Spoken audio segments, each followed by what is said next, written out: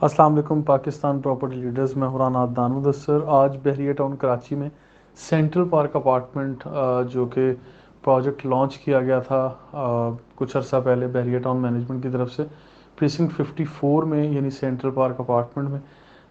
Central park apartment को on site हम लोगों ने विज़िट किया। आज इस वीडियो क्लिप में कुछ अपडेट्स देना चाह रहे हैं, कुछ ऑन साइट जो मनाज़र हैं हमारे पास वो आपसे शेयर करेंगे।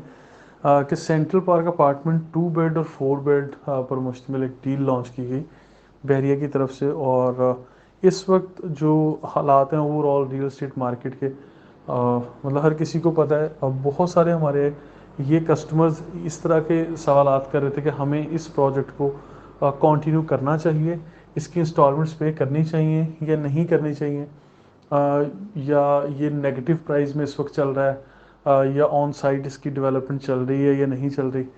तो आज ऑन साइट विज़िट करने के बाद और वहाँ कुछ जो लेबर क्लास लोग काम कर रहे थे उनसे मुलाकात करने के बाद मेरी ये राय बनी है कि आप लोगों को इस प्रोजेक्ट को कंटिन्यू करना चाहिए। क्योंकि ऑन साइट यहाँ पर टावर्स बन रहे हैं। सेंट्रल पार्क अपार्टमेंट जो भी अभी बैलेटिंग तो नहीं हुई ऑब्वियसली, कि अभी बैलेटिंग होगी। जैसे कुछ हालात नॉर्मल होते तो बैरियर मैनेजमेंट इंशाल्लाह इसकी बैलेटिंग करेगी। आपको नंबर ऑफ अपार्टमेंट एलोकेट किया जाएगा, लोकेशन ऑफ योर अपार्टमेंट वो बैरियर टाउन इंशाल्लाह ज़रूर देगा। अभी ऑन साइड ये सूरत हाल थी कि वहाँ इन्होंने डिगिंग करके फाउंडेशन से काम शुरू किया हुआ है। यूएनई एक कंपनी है जिसने बैरियर टाउन के साथ ऑलरेडी भी काम किया हुआ है और फर्दर भी करेंगे, और उनको कॉन्ट्रैक्ट मिला हुआ है। ये टोटल 9 टावर्स बना रहे हैं, यानी 9 अलग अलग बिल्डिंग्स बनेगी, जिसमें से इस वक्त 4 बिल्डिंग्स का काम बड़ी तेज़ी से शुरू है और ऑन साइट ये चीज़ें चल रही थी जो हमने ये स्क्रीन पर आपको दिखाने की कोशिश की। तो लिहाजा जो भी आपके मुख्तलिफ सवालात थे उसके जवाब में मैं यही कहूँगा कि आप लोगों को इस प्रोजेक्ट को कंटिन्यू करना चाहिए। वक्ती तौर पे अगर मार्केट के हालात की वजह से फाइल्स की प्राइस नेगेटिव में है, तो इससे मतलब हमें परेशान नहीं होना चाहिए, क्योंकि बैरियर टाउन के बहुत सारे प्रोजेक्ट में इस तरह से उतार चढ़ाव आता रहता है। लेकिन जो एंड रिज़ल्ट अगर लॉन्गर रन में आप लोगों ने इस प्रोजेक्ट को लेके चलना है, अपनी प्रॉपर्टी को लेके चलना है और इसको अप्रिशिएट भी करना है, और एंड ऑफ द डे आपको जो कि डेवलपमेंट के बाद मिलेगी, अगर ये सारी चीज़ें आपने करनी है तो अभी वक्ती उतार चढ़ाव को हम इतनी अहमियत नहीं दे सकते।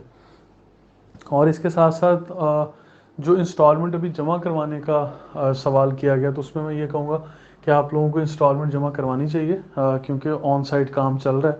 और बैलेटिंग में ज़रूर ताख़ीर हो गई है बैरिया की तरफ से, क्योंकि कुछ पीछे नैब के मामला चल रहे थे, सुप्रीम कोर्ट के चल रहे थे। अभी कोरोना की वजह से बैरिया मैनेजमेंट शायद ये बैलेटिंग का प्रोसेस लेट कर गई है।